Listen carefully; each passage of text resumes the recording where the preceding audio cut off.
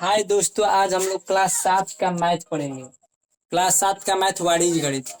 आप लोग वीडियो समझ जाएगा, बहुत ही मजा आएगा जो हम लोग का पढ़ने में। वाणिज्य गणित जो बहुत ही कठिन चैप्टर है, मतलब कि क्लास 8 9 10 के लिए बहुत ही अच्छा है।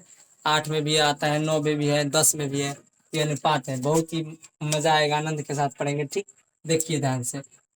पहले हम लोग का यहाँ पर दिया है वाणिज्य गणित पहला चैप्टर में भूमिका। हम लोग भूमिका में दिया है समानुपात। समानुपात का हम लोग परिभाषा करेंगे क्या कि दो समान अनुपातों को समानुपात कहते हैं। दो समान अनुपातों को समानुपात कहते हैं। तो इसका मतलब क्या हुआ कि दो समान अनुपातों को क्या कहते हैं, समानुपात कहते हैं। तो दो समान का मतलब क्या है जी? दो समान माने देखो, माने तो अनुपात किसे कहते हैं, तो अनुपात इसे बोलते हैं। यार ये चिन्ह क्या कहलाता है? अनुपात का चिन्ह कहलाता है। किस चीज का चिन्ह कहलाता है? अनुपात। ये अनुपात का चिन्ह है। ठीक, ये वाला केवल दो बिंदु, मतलब ये दो बिंदु अनुपात का चिन्ह कहलाता है। तो दो समान अनुपातों को, समान का मतलब कि देखो, ये एक अनुपात हो गया, एक मतलब कि ये अनुपात का हो गया, और एक ये मतलब ये एक अनुपात हो गया, फिर एक समान के साथ एक और अनुपात। तो ये दोनों चारों मिलकर क्या हो गया? समानुपात। क्या हो जाएगा? समानुपात। हम लोग यही तो परिभाषा लिखा है कि दो समान अनुपातों को क्या कहते हैं? समानुपात। दो समान अनुपात मतलब एक अनुपात और दो अनुपात, तो दो समान अनुपातों को क्या कहते हैं? समानुपात। मतलब दो समान मतलब कि समान का मतलब कि साथ साथ, ये एक और एक अनुपात हो गया, ये भी एक अनुपात, मतलब ये एक अनुपात ये एक अनुपात। तो दो समान अनुपातों को क्या कहते हैं? समानुपात। इसी को हम लोग समानुपात का परिभाषा हो गया। ठीक, तो फिर से परिभाषा हम लोग कहेंगे क्या कि दो समान अनुपातों को क्या कहते हैं? समानुपात कहते हैं। दो समान अनुपातों को हम लोग समानुपात कहते हैं, तो इसको अनुपात का चिन्ह बोलते हैं। अब यहाँ से हम लोग ये कह सकते हैं क्या है कि अनुपात मतलब समानुपात दो प्रकार का होता है। क्या होता है? समानुपात। समानुपात दो प्रकार के होते हैं। कितने प्रकार के? दो प्रकार का होता है। ठीक, समानुपात दो प्रकार का होता है। पहला होता है अनुलोम समानुपात। क्या होता है? अनुलोम। अनुलोम समानुपात। और दूसरा होता है प्रतिलोम। प्रतिलोम समानुपात। ठीक, पहला हम लोग का होता है अनुलोम समानुपात और दूसरा होता है प्रतिलोम समानुपात। अनुपात कितने प्रकार का होता है? सॉरी, समानुपात कितने प्रकार का होता है? दो प्रकार के। समानुपात दो प्रकार के होते हैं। पहला होता है अनुलोम समानुपात, दूसरा होता है प्रतिलोम समानुपात। तो अनुलोम समानुपात किसे कहते हैं?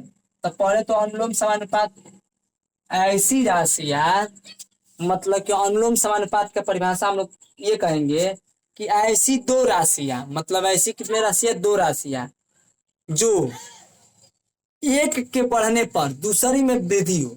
मतलब कि समझो कहा कि तुम बढ़ रहे हो, तुम्हारे साथ साथ तुम्हारा भाई भी बढ़ेगा। बढ़ेगा ना? मान लो कि तुम्हारा एक भाई है, तुम बढ़ोगे, तुम 2 साल बाद 10 kg का हो, मतलब कि आज 10 kg का हो, और 2 साल बाद 12 kg का होगा। तुम्हारा भाई आज मान लो कि 8 साल तो वो भी तो 2 साल बाद कुछ केजी बढ़ेगा।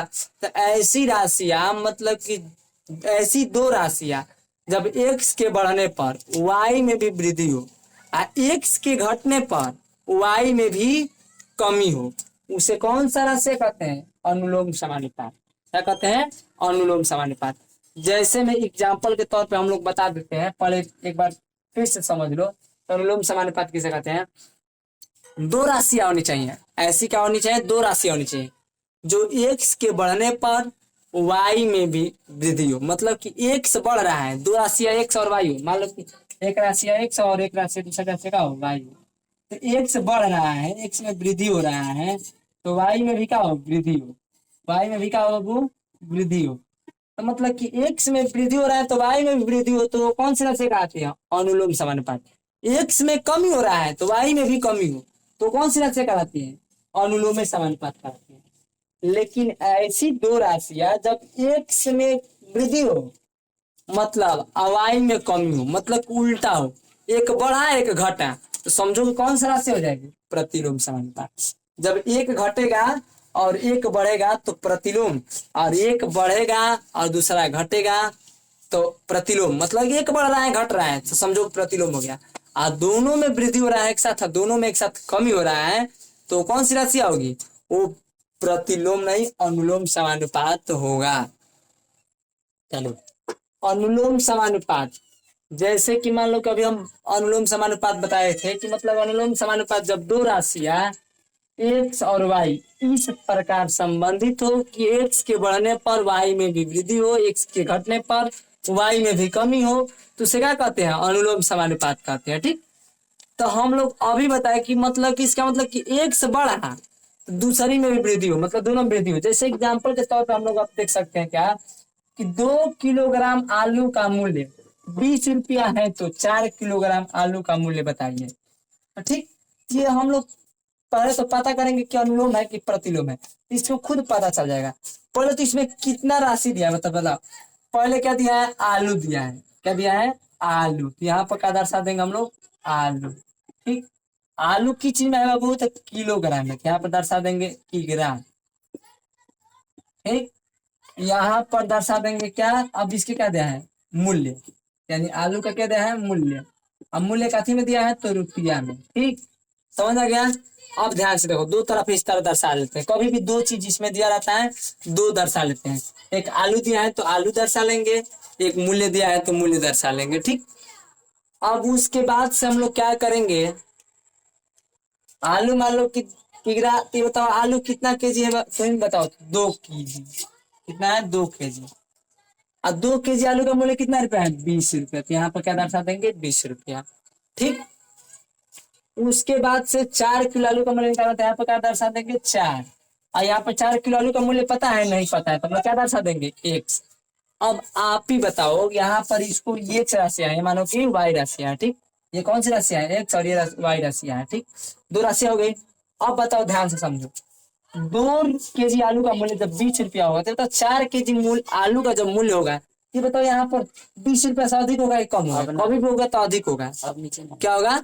कभी भी होगा तो अधिक होगा। ठीक, तो मान लो कहा है कि अब यहाँ पर कभी भी होगा तो अधिक होगा। 2 केजी आलू का मूल्य होगा जो मतलब 4 केजी जो आलू का मूल्य होगा 20 रुपया से अधिक होगा ना। तो हम लोग देखो ध्यान से ये करेंगे क्या कि जब यहाँ पर हम लोग का 20 रुपया से अधिक होगा और यहाँ पर 2 रुपया से 4 रुपया अधिक है, ये बताओ 2 से अधिक ये 4 है, अब 20 से भी यहाँ अधिक होगा, तो दोनों का से मतलब 2 से यहाँ 4 क्या हो रहा है? बड़ा वृद्धि हो रहा है ना।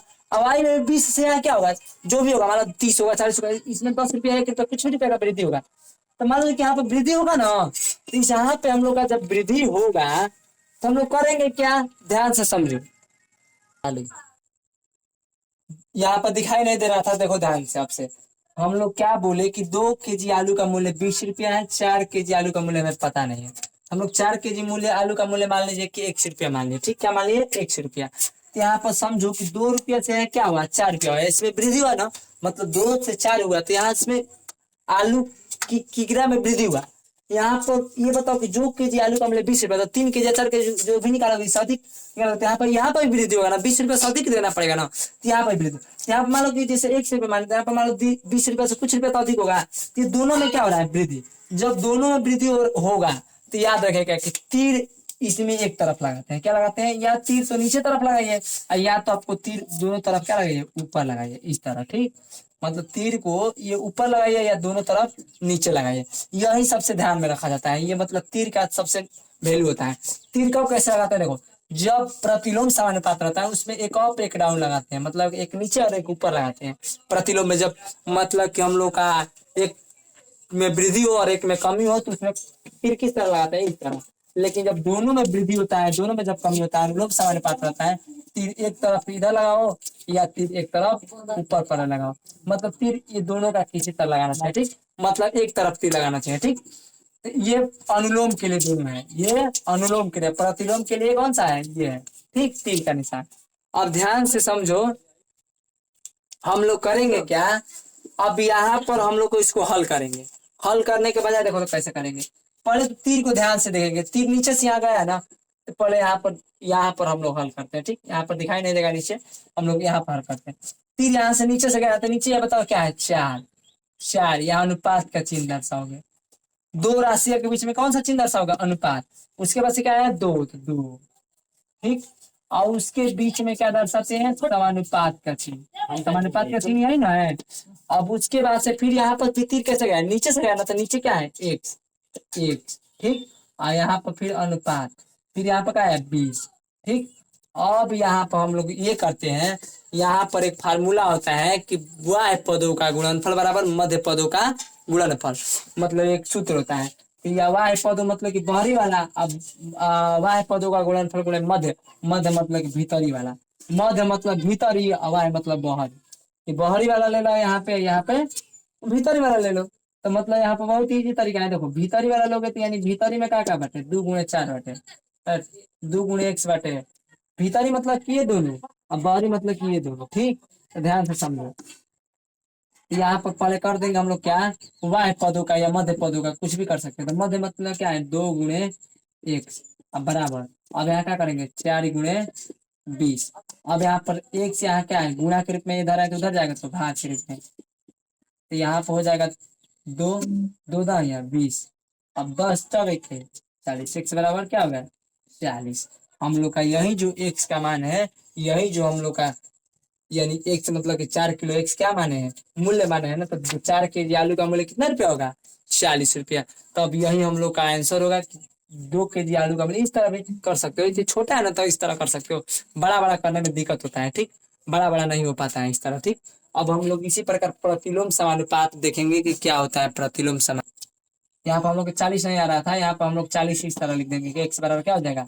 40, ठीक।